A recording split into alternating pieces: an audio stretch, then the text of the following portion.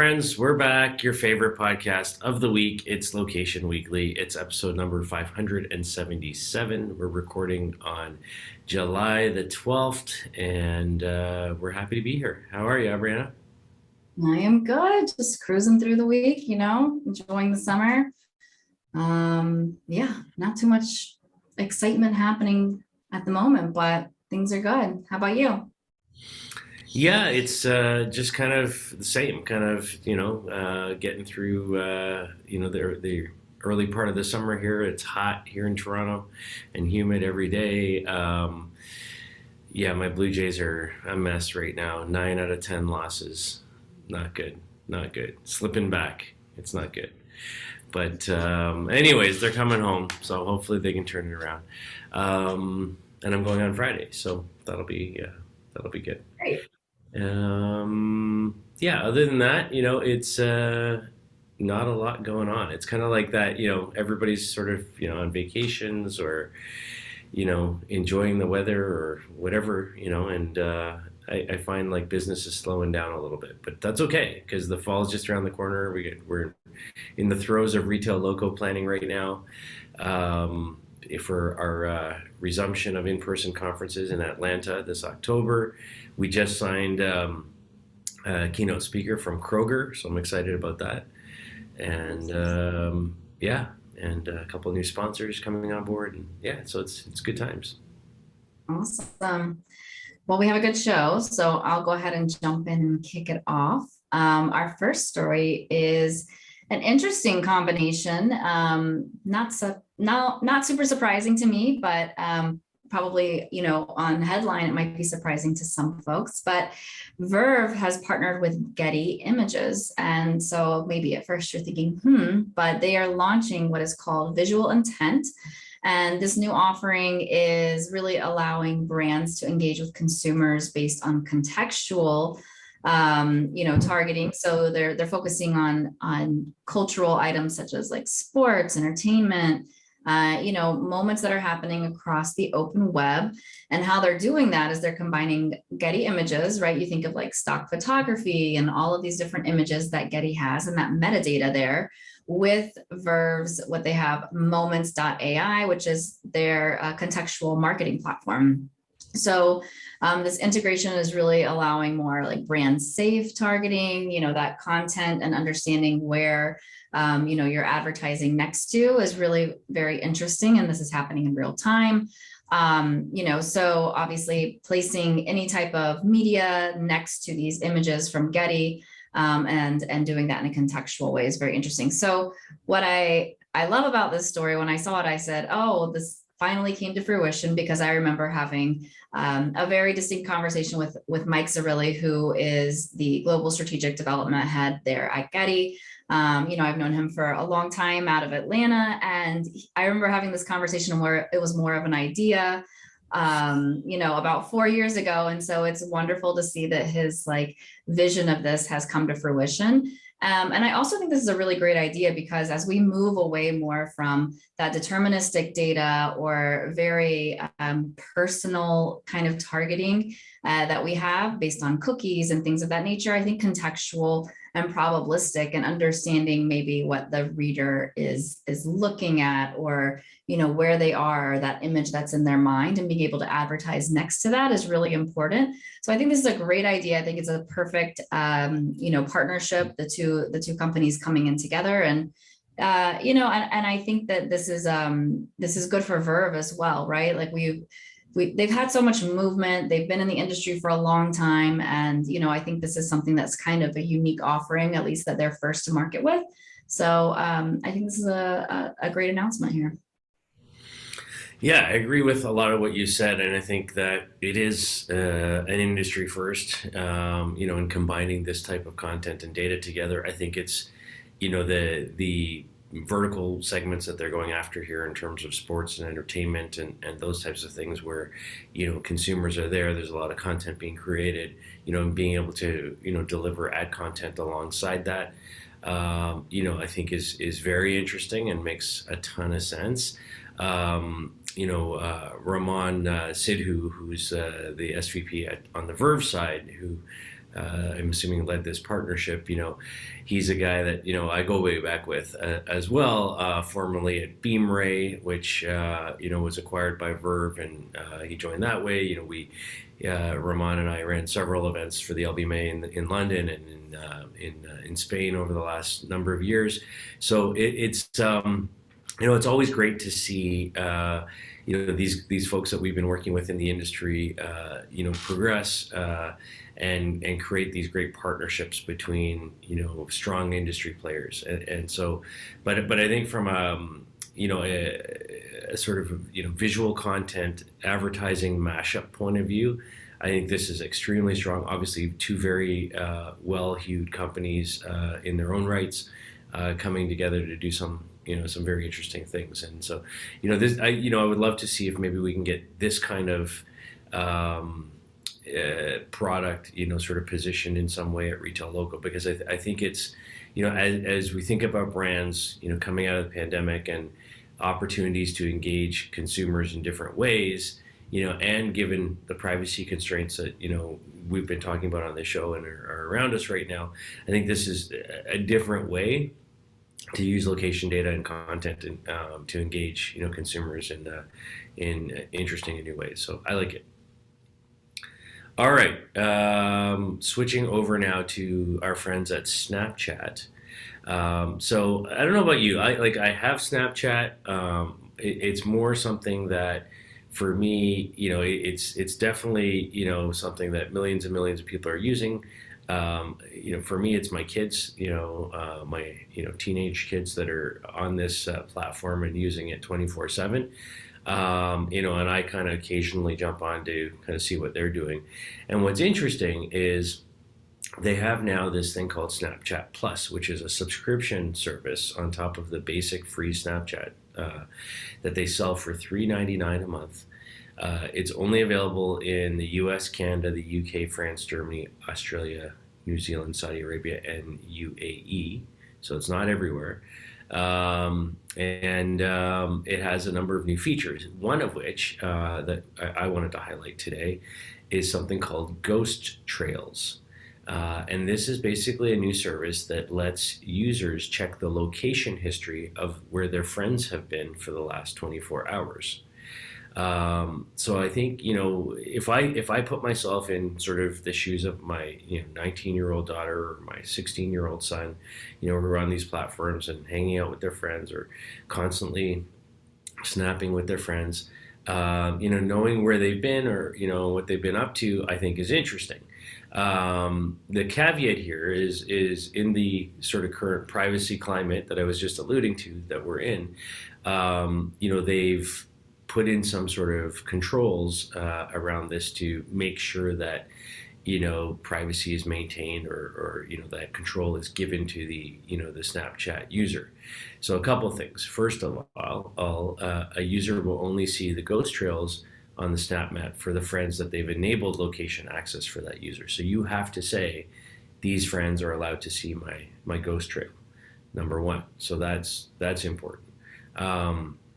So if your friends, haven't enabled location sharing with you, you're not seeing where they've been. It's all opt-in for all users, meaning you have to choose to do this. It's not like you're automatically opted in here and then you have to opt out. So that's, I think, good and solid and the right approach when you're kind of trying to share location history and things like that.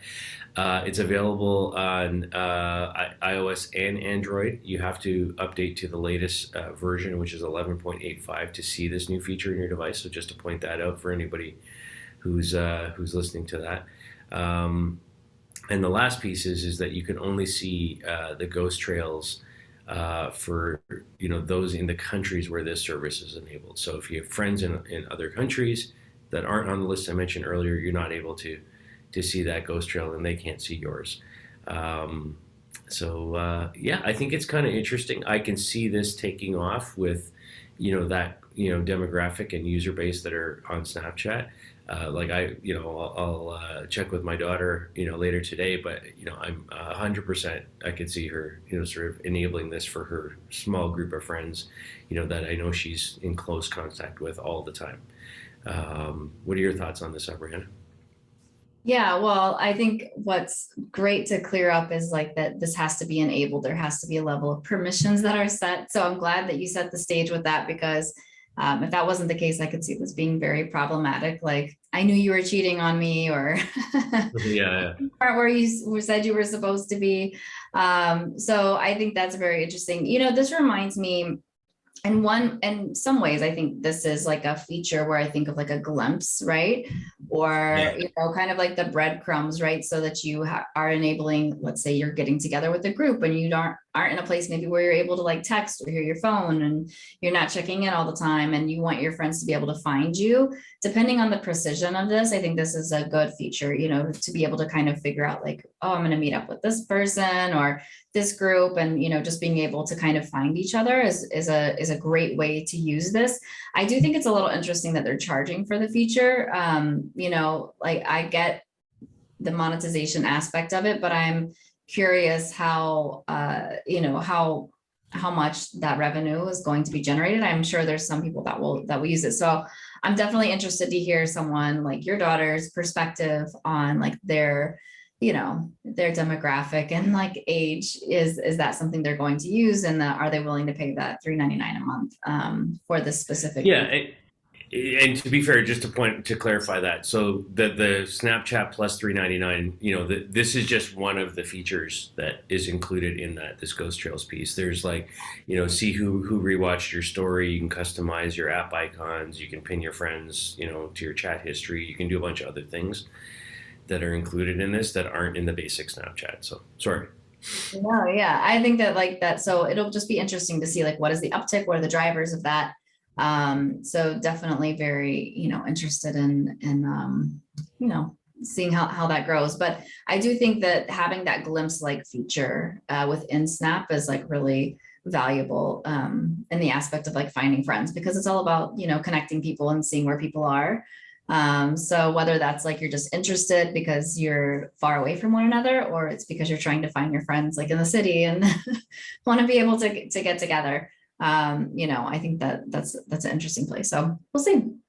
Yeah, and just one other little thing too, which I think is also good, is that you can clear your ghost trail history by toggling the ghost mode on and off as well. So, Yeah. uh, you have that additional control over clearing it as well, which I think is good that they thought about that. So, I think that's great. I also think that it would be wonderful if we could, enable that across all of our digital footprints, especially for kids, right? these days, because a lot of the choices that you make when you're younger, you're like, oh, I wish I could sunset that data, and kind of rework that. But it's one of those things. But yeah. So our next story, let's go to McDonald's, right? One of the most iconic brands, most recognizable brands, and also one that we know is always investing in technology and new things. So I think this is an interesting story because a few years ago, McDonald's had acquired a technology company called Apprente, and this was really part of their like strategic growth plan to help them innovate, across digital delivery, drive through, all of those different touch points. Really focusing on developing things out of relevant customer preferences, customer data, consumer data. But McDonald's now is partnering with IBM in the aspect that IBM has agreed to fully acquire McD Tech Labs, which evolved out of the Apprente acquisition. And so what they're really working on doing, we know IBM is very, with their Watson technology, they are very AI centric. And so they have a lot of this AI powered customer care. And now they're going to take all of that McDonald's data and attempt to turn it into more personalization, customization, and create this engine for them. So the goal here is really to make this like very turnkey for the world's largest restaurant. And the hope is that this will accelerate McDonald's efforts that they have to have that unique kind of customer and employee, they say, experience. So, kind of from like a methodology perspective, they're taking in historical transaction data, catalog menu items, looking at the marketing campaign KPIs, what are they trying to achieve? And then they're going to, really personalize that with, what are you and I ordering from a personal perspective through our McDonald's app. And now how they're doing this is, and they obviously want to use that all to predict future behavior, but they're testing this in a very unique way. And that is within the drive-through. So through some select drive-through lanes in Chicago, they're testing out this dynamic menu board that is tailored and customized based on your license plate.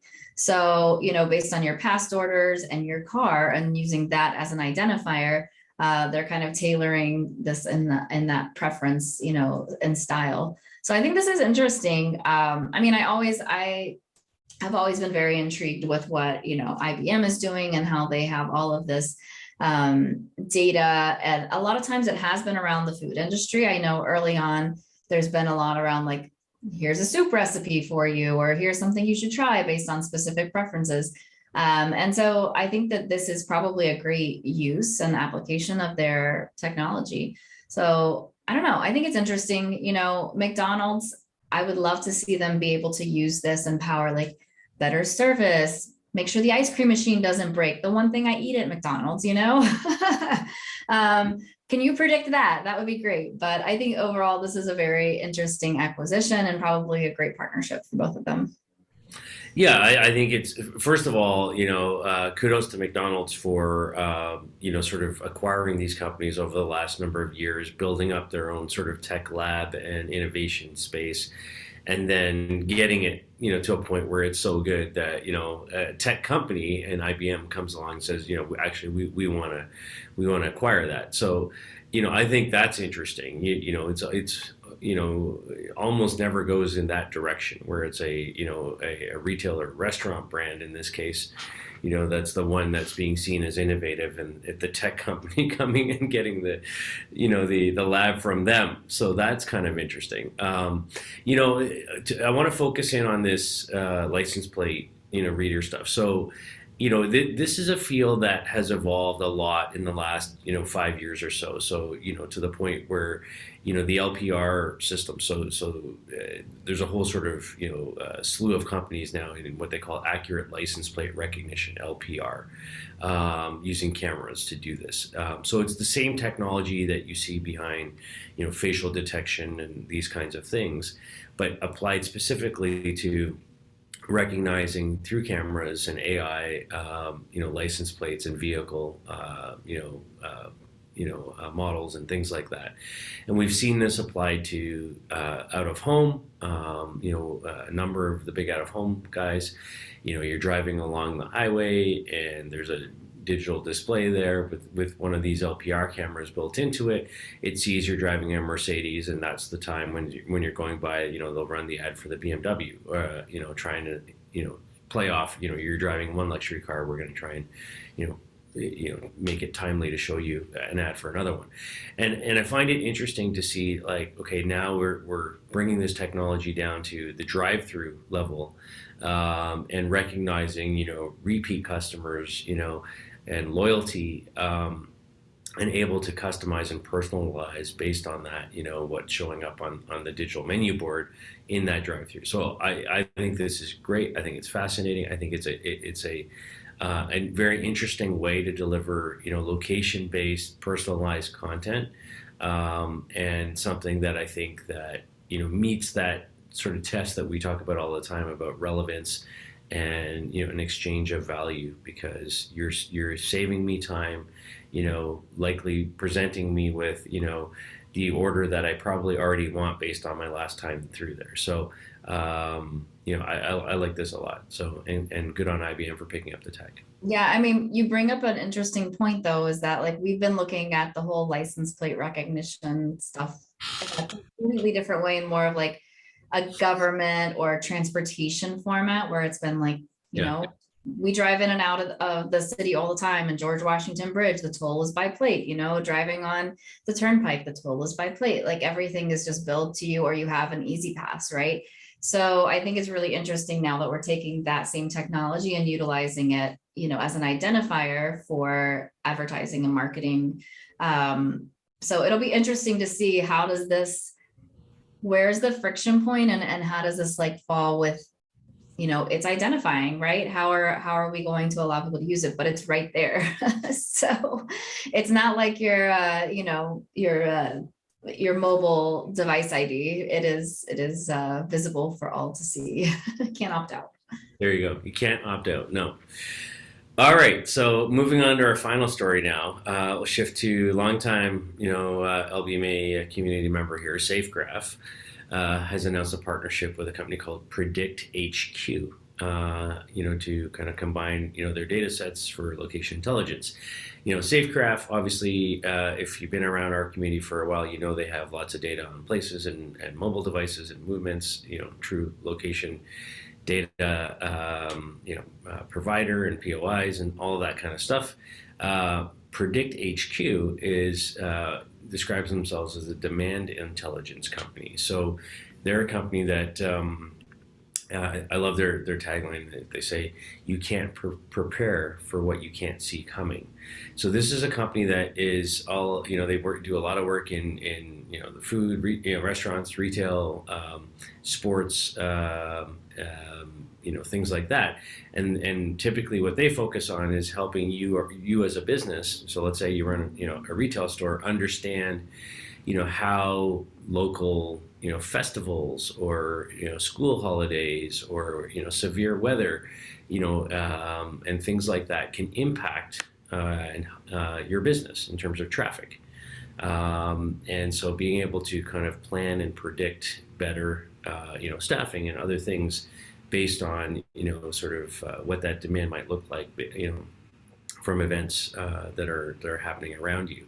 And so they've announced this partnership with SafeGraph, obviously bringing, all of their POI database together with, their demand side data. And I think this is interesting because, I'm a big proponent for, data mashups and because I think it's one thing to say, hey, we've got this great location data and we can tell you, the POI information for this place, and we can tell you the mobile movements around it, and that's good, and that tells you a certain amount about what's happening there in terms of foot traffic. But to know and be able to say, through integration with something like PredictHQ, and be able to say, hey, you know what, we're expecting that this Thursday to decline by 12% in terms of foot traffic because such and such events are happening in and around the area and the neighborhood, or this storm's coming in, and things like that, I think is really interesting.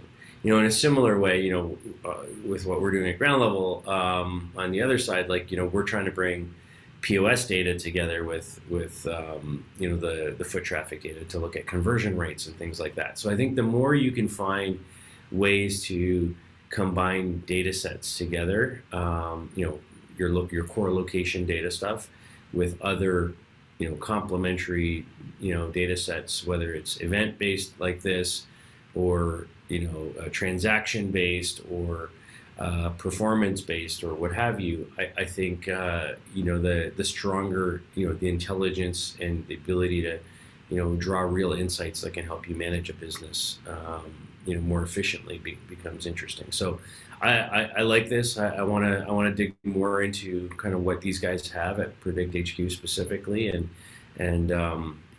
what that could look like for a number of other players in our industry. So what are your thoughts? No, I really like this mashup, and what I think there's a lot of opportunity here, not only from an enterprise level and thinking about larger companies being able to plan and predict, but also for like a small business level, right? Understanding, what do I need to have in stock? What's the foot traffic likely going to be like this weekend? Looking at the past as well as like the events, right? So thinking of what IBM is kind of doing in that predictive place, but also using these types of data sets and this type of a mashup. So I think this is really something that can be applied across so many different verticals, and both like large scale and small. So it'll be interesting to see how they kind of package this up, if it's just like as a data solution, or if they create more of an interactive platform, that perhaps like a smaller business can just log on to and use, or kind of be able to gauge like what they need to have in stock over the next, month or so, whether it's a restaurant or a boutique, right? So I think there's like so many different avenues that this could go. Yeah, agree. So that's it. That's our show for this week. Four interesting stories there. Some brand news, some interesting industry partnerships, some new features from Snapchat, and lots to digest there. So thank you for listening and watching. It's been episode number 577 of Location Weekly. We thank you for your time. Please reach out if you have story ideas, feedback for us. If you want to get involved in our upcoming Retail Loco Conference in Atlanta, that's October 26th and 27th. Let us know. We're open right now for content, for speakers, for sponsors, and we would love to have you involved. So, just reach out to either Aubriana or I, and we can get you connected. So, we'll see you next week. Have a great week, everybody. Bye. Bye.